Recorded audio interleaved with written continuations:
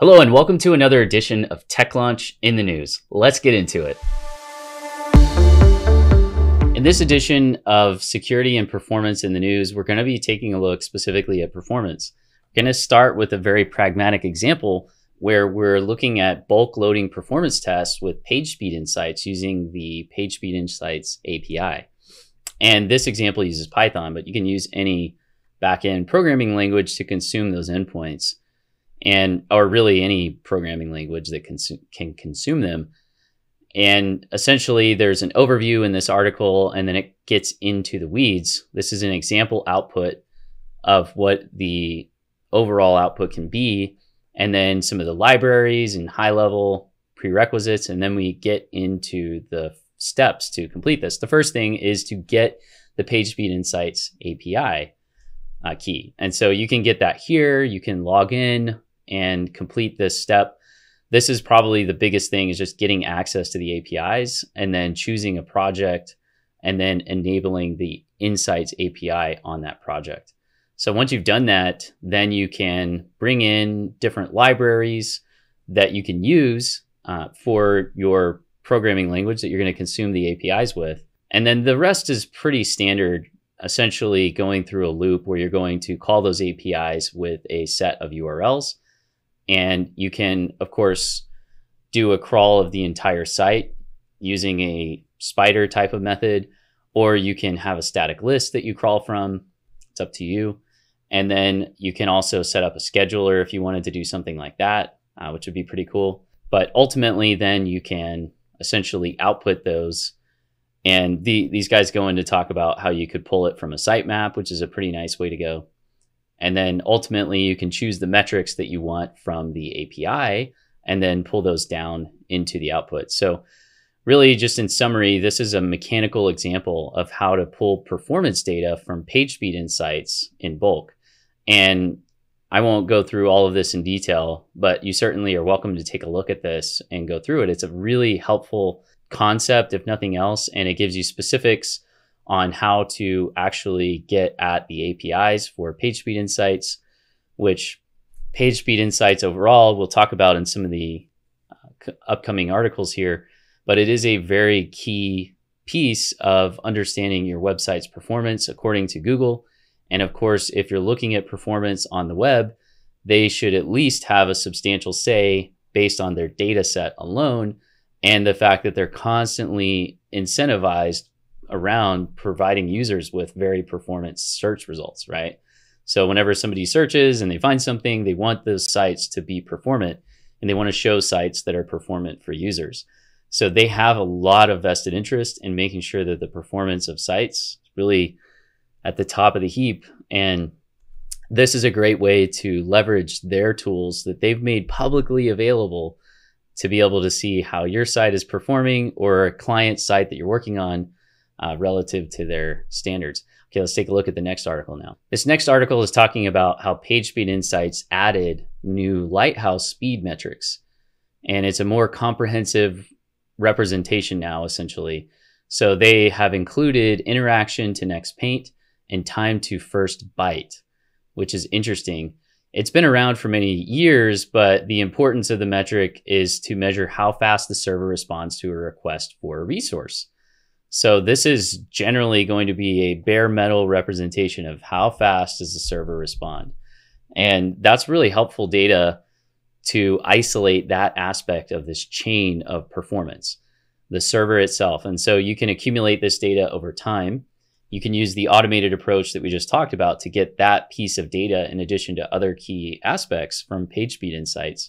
There are also companies that will, for a monthly fee, accumulate PageSpeed Insight data for you so you don't have to program it directly.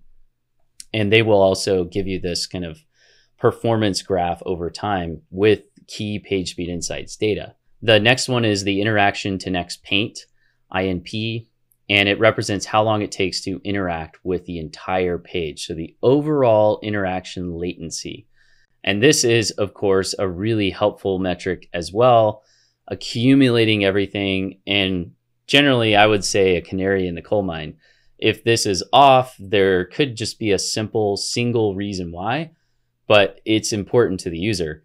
And so this metric and constantly being aware of it can really help you get a good idea of if there's anything wrong or not in general. So there's a lot more detail here that you can go into in this article. And you can see there's some new layout that includes these metrics. So it used to be a 4-up display and now it's 6 items that are showing.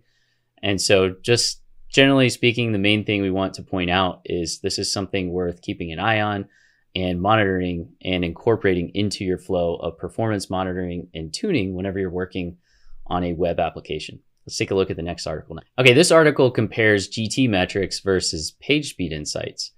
And although we don't want to do a commercial recommendation per se of a software, this is very highly one-sided toward GTmetrix in a lot of ways. But it can be helpful for you to see some of the pros and cons of these tools. And one of the things that's helpful as a takeaway is that this GTmetrix tool generally is going to call out to Lighthouse to get data from their API. And PageSpeed Insights uses a lot of the same basic foundation as Lighthouse does. And this article goes into a lot of detail around that. One of the key things that's really helpful from GTmetrix is it does allow scheduling of the page monitoring and alerting via email. So you can get a lot of the same data that you would get from PageSpeed Insights, but in a monitored and alerted way.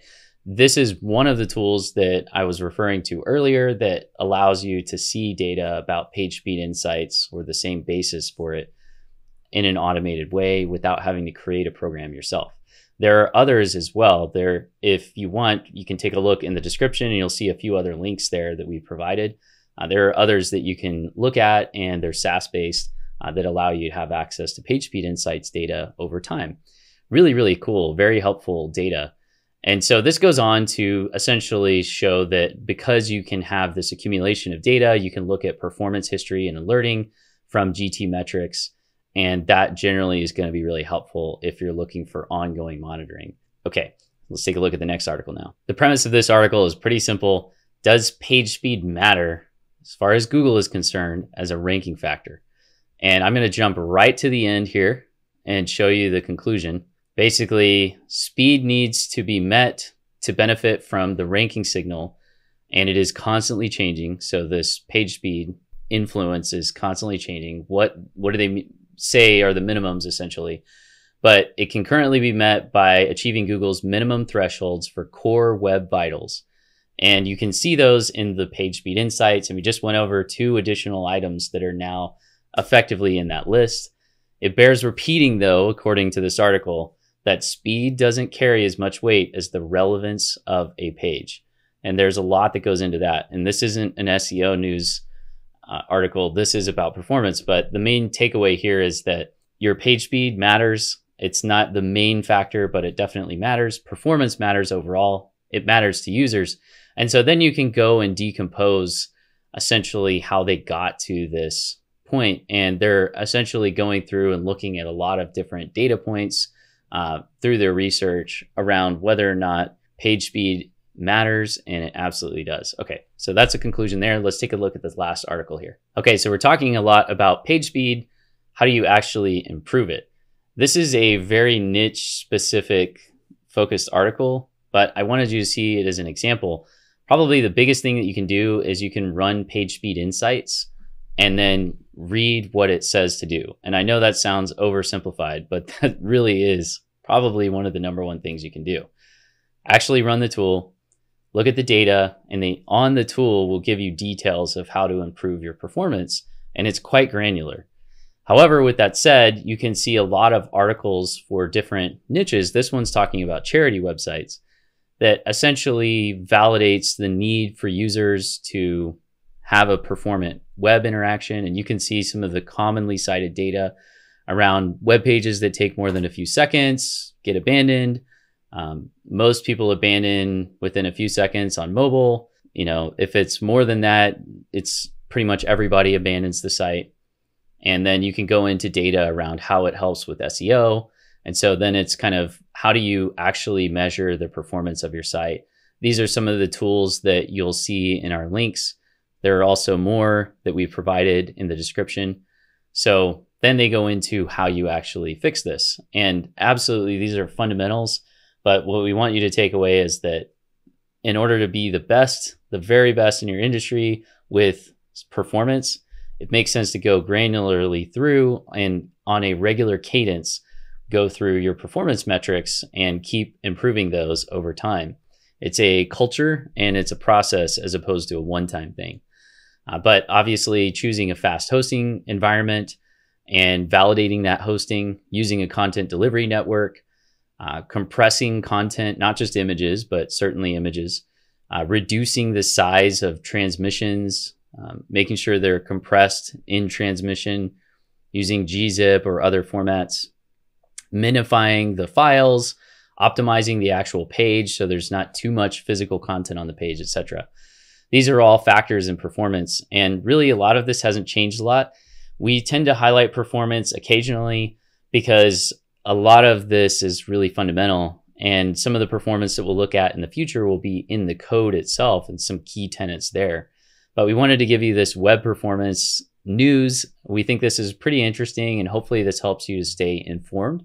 And the next few editions of security and performance will go more into security. And we'll look forward to seeing you there. Thanks for watching. Thanks for watching this edition of Tech Launch in the News. If you haven't already, feel free to subscribe so you can see more in the news resources. We also have complimentary masterclasses and other resources available to you on our website, www.gotechlaunch.com. If you have any questions or comments, we'd love to hear them in the comments section. And until next time, thanks for watching and bye for now.